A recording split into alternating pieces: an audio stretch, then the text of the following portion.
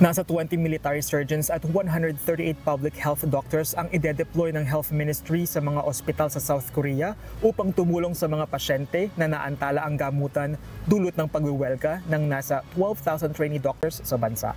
February 20 nang simulan ng trainee doctors ang naturang welga bilang protesta sa plano ng pamahalaan na pagdaragdag ng nasa 2,000 medical school admissions taon-taon upang matugunan ang malaking kakulangan sa mga doktor sa gitna ng tumatandang populasyon sa bansa.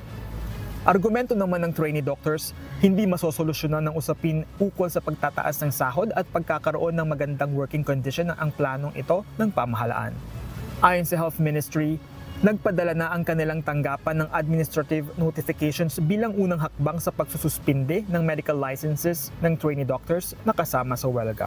Lumabas naman sa isang survey na nasa 84% ng respondents ang sumusuporta sa plano ng pamahalaan na pagdaragdag ng mga doktor sa bansa at 43% ang nagsabing dapat maparusahan ang nagwiwelgang mga doktor. Gerard Moral, humahataw sa balita ngayon.